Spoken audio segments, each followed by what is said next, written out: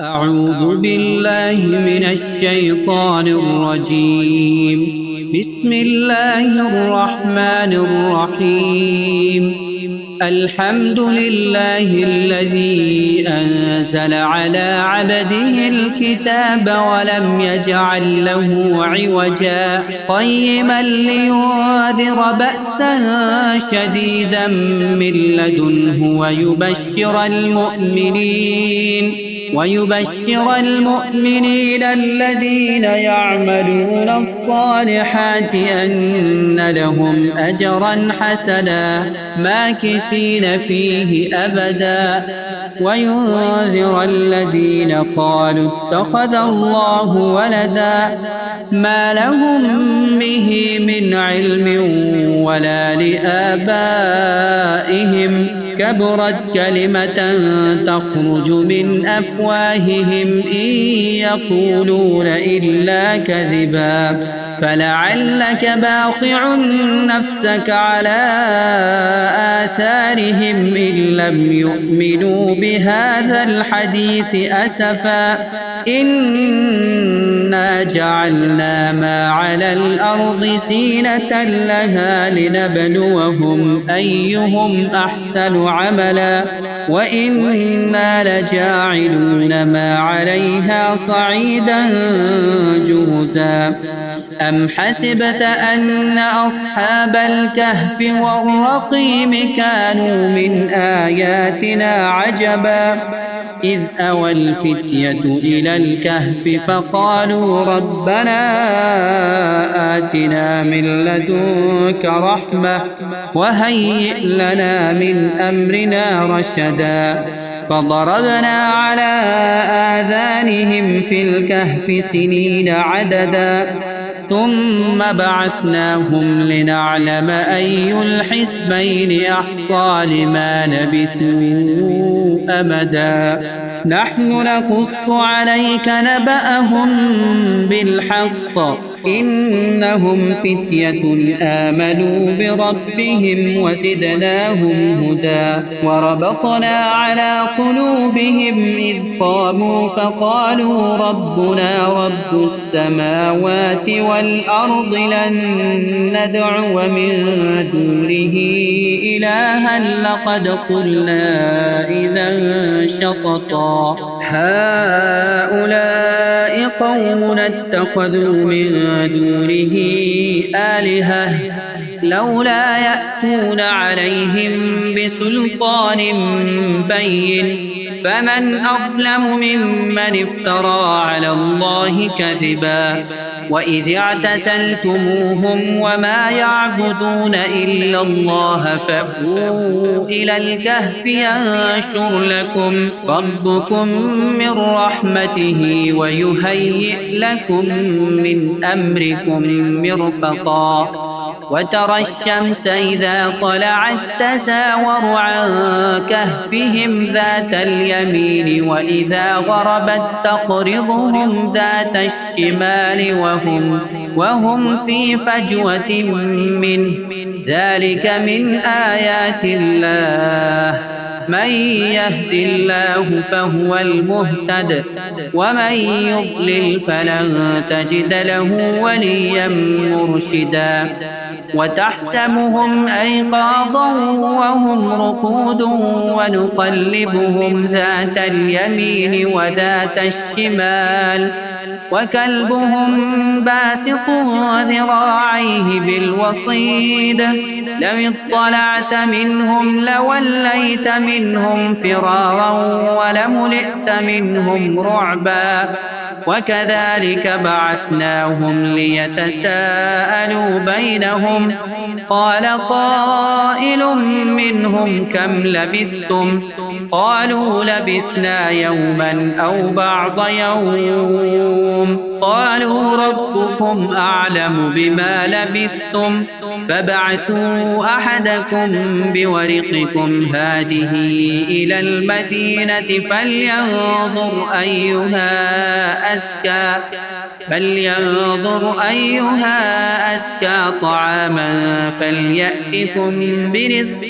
منه وليتلطف ولا يشعرن بكم أحدا إنهم إن يظهروا عليكم يرجموكم أو يعيدوكم في ملتهم ولن تفلحوا إذا أبدا وكذلك أعثرنا عليهم ليعلموا أن وعد الله حق وأن الساعة لا ريب فيها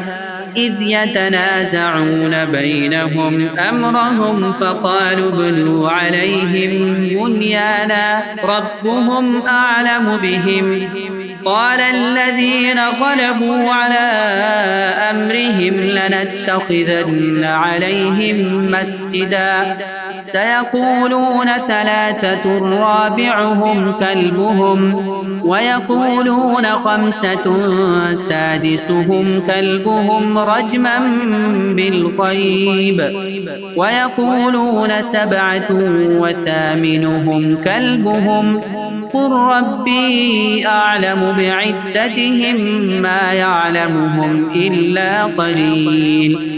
فلا تمار فيهم إلا مراء ظاهرا ولا تستفت فيهم منهم أحدا ولا تقولن لشيء إني فاعل ذلك غدا إلا أن يشاء الله واذكر ربك إذا نسيت وقل عسى أن يهديني ربي لأقرب من هذا رشدا ولبثوا في كهفهم 300 سنين وازدادوا 9 قل الله أعلم بما لبثوا له غيب السماوات والأرض أبصر به وأسمع ما لهم من دونه من ولي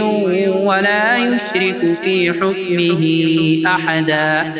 واتل ما أوحي إليك من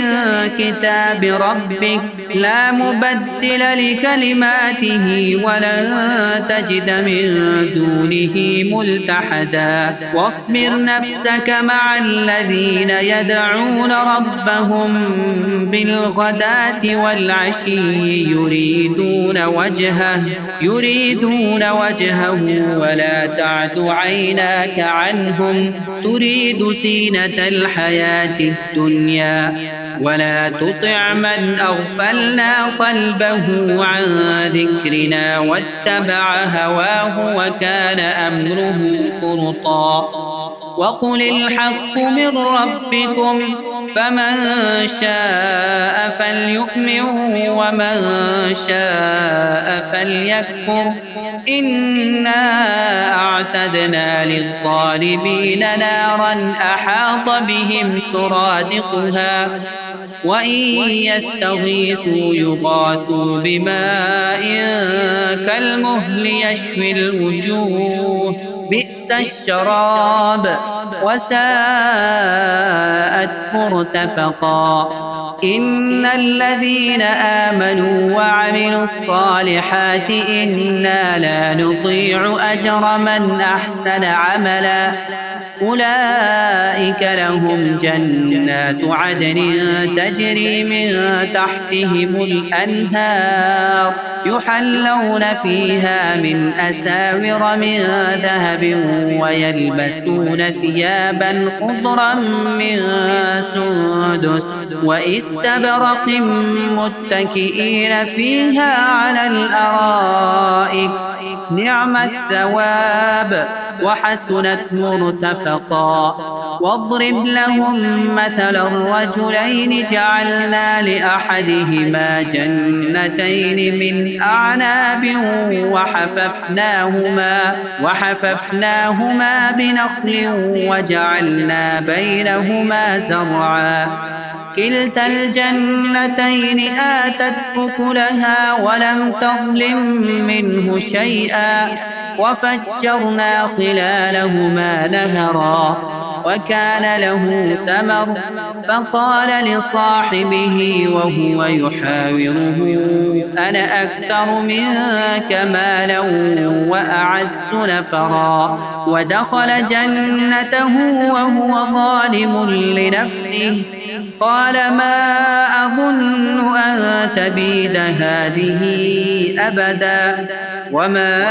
أظن الساعة قائمة ولئن رددت إلى ربي لأجدن خيرا منها منقلبا قال له صاحبه وهو يحاوره أكفرت بالذي خلقك من تراب ثم من نطفة ثم سواك رجلا لكن هو الله ربي ولا أشرك بربي أحدا ولولا إذ دخلت جنتك قلت ما شاء الله لا قوة إلا بالله إن ترني أنا أقل منك مالا وولدا فعسى ربي أن يؤتيني خيرا من جنتك ويرسل عليها حسبانا من السماء فتصبح صعيدا سلقا أو يصبح ماؤها غورا فلن تستطيع له طلبا وأحيط بثمره فأصبح يقلب كفيه على ما أنفق فيها وهي خاوية على عروشها ويقول يا ليتني لم أشرك بربي أحدا ولم تكن له فئة ينصرونه من دون الله وما كان منتصرا هنالك الولاية لله الحق هو خير ثوابا وخير عقبا واضرب لهم مثل الحياة الدنيا كماء إن أنزلناه من السماء فاختلط به نبات الأرض فأصبح هشيما تذروه الرياح وكان الله على كل شيء مقتدرا المال والبنون زينة الحياة الدنيا والباقيات الصالحات خير عند ربك ثوابا وخير أملا ويوم نسير الجبال وترى الأرض بارزة وحشرناهم فلم نغادر منهم أحدا وعرضوا على ربك صفا لقد جئتمونا كما خلقناكم أول مرة بل زعمتم أن لن نجعل لكم موعدا ووضع الكتاب فترى المجرمين مشفقين مما فيه ويقولون يا ويلتنا ما لهذا الكتاب هذا الكتاب لا يغادر صغيرة ولا كبيرة إلا أحصاها ووجدوا ما عملوا حاضرا ولا يظلم ربك أحدا وإذ قلنا للملائكة اسجدوا لآدم فسجدوا إلا إبليس كان من الجن ففسق عن أمر ربه أفتتخذونه وذريته أولياء من دوني وهم لكم عدو بئس للظالمين بدلا ما أشهدتهم خلق السماوات والأرض ولا خلق أنفسهم وما كنت متخذ المضلين عضدا ويوم يقول نادوا شركائي الذين زعمتم فدعوهم فلم يستجيبوا لهم وجعلنا بينهم موبقا ورأى المجرمون النار فظنوا أنهم مواقعوها ولم يجدوا عنها مصرفا ولقد صرفنا في هذا القرآن للناس من كل مثل وكان الإنسان أكثر شيء جدلا وما منع الناس أن يؤمنوا إذ جاءهم الهدى ويستغفروا ربهم إلا أن تأتيهم سنة الأولين أو يأتيهم العذاب قبلا وما نرسل المرسلين إلا مبشرين ومنذرين ويجادل الذين كفروا بالباطل ليدحضوا به الحق واتخذوا آياتي وما أنذروا هزوا ومن أظلم ممن ذكر بآيات ربه فأعرض عنها ونسي ما قدمت يداه إنا جعلنا على قلوبهم أكنة أن يفقهوه وفي آذانهم وقرا وإن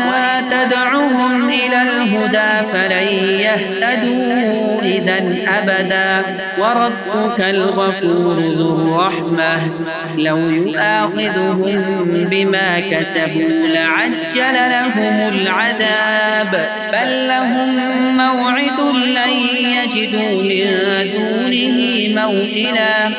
وتلك القرى أهلكناهم لما ظلموا وجعلنا لمهلكهم موعدا وإذ قال موسى لفتاه لا أبرح حتى أبلغ مجمع البحرين أو أمضي حقبا فلما بلغ مجمع بينهما نسيا حوتهما فاتخذ سبيله في البحر سربا فلما جاوزا قال لفتاه آتنا غداءنا لقد لقينا من سفرنا هذا نصبا قال أرأيت إذ أوينا إلى الصخرة فإني نسيت الحوت وما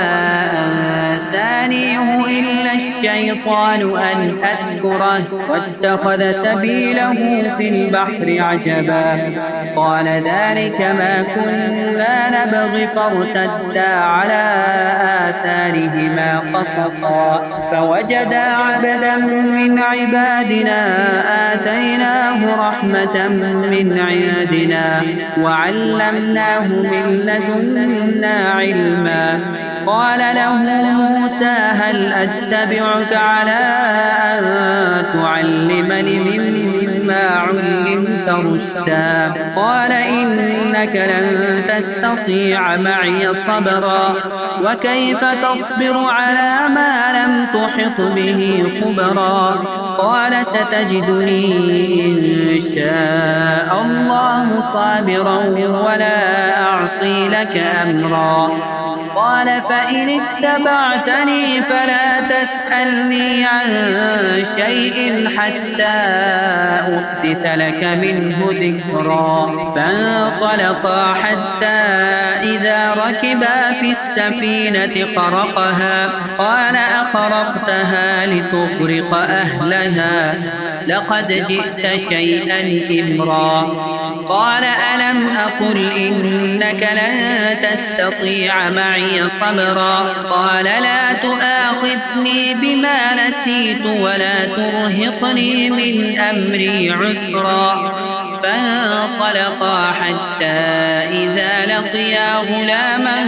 فقتله قال أقتلت نفسا زكية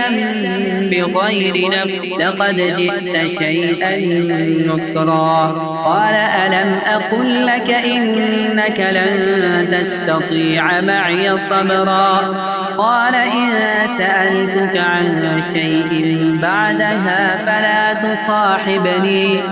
قد بلغت من لدني عذرا. فانطلقا حتى إذا أتيا أهل قرية استطعما أهلها فأبوا أن يضيفوهما فوجدا فيها جدارا يريد أن ينقض فأقامه. قال لو شئت لاتخذت عليه أجرا. قال هذا فراق بيني وبينك سأنبئك بتأويل ما لم تستطع عليه صبرا. أما السفينة فكانت لمساكين يعملون في البحر فأردت أن أعيبها وكان وراءهم ملك يأخذ كل سفينة غصبا. وأما الغلام فكان أبواه مؤمنين فخشينا أن يرهقهما طغيانا وكفرا فأردنا أن يبدلهما ربهما خيرا منه زكاة وأقرب رحما. وأما الجدار فكان لغلامين يتيمين في المدينة وكان تحته كنز لهما وكان أبوهما صالحا فأراد ربك أن يبلغا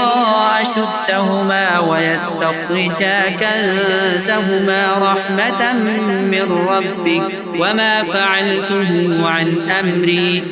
ذلك تأويل ما لم تسطع عليه صبرا. ويسألونك عن ذي القرنين قل سأتلو عليكم منه ذكرا. إنا مكنا له في الأرض وآتيناه من كل شيء سببا. فأتبع سببا حتى إذا بلغ مغرب الشمس وجدها تغرب في عين حمئة ووجد عندها قوما. قلنا يا ذا القرنين إما أن تعذب وإما أن تتخذ فيهم حسنا. قال أما من ظلم فسوف نعذبه ثم يرد إلى ربه فيعذبه عذابا نكرا. وأما من آمن وعمل صالحا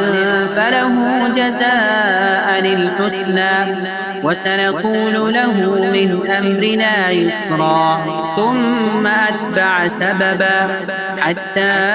إذا بلغ مطلع الشمس وجدها تطلع على قوم لم نجعل لهم من دونها سترا. كذلك وقد أحطنا بما لديه خبرا. ثم أتبع سببا حتى إذا بلغ بين السدين وجد من دونهما قوما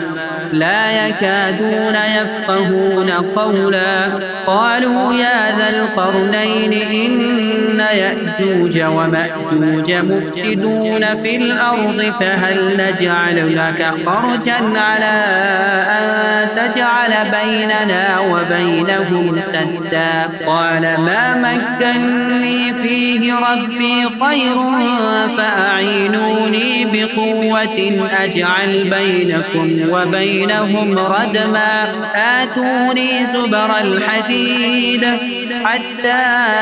إذا ساوى بين الصدفين قال انفخوا حتى إذا جعله نارا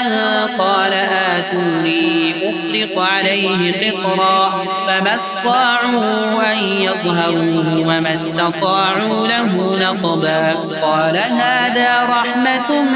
من ربي فإذا جاء وعد ربي جعله دكاء وكان وعد ربي حقا. وتركنا بعضهم يومئذ يموج في بعض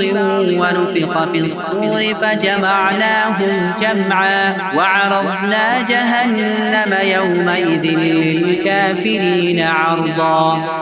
الذين كانت أعينهم في غطاء عن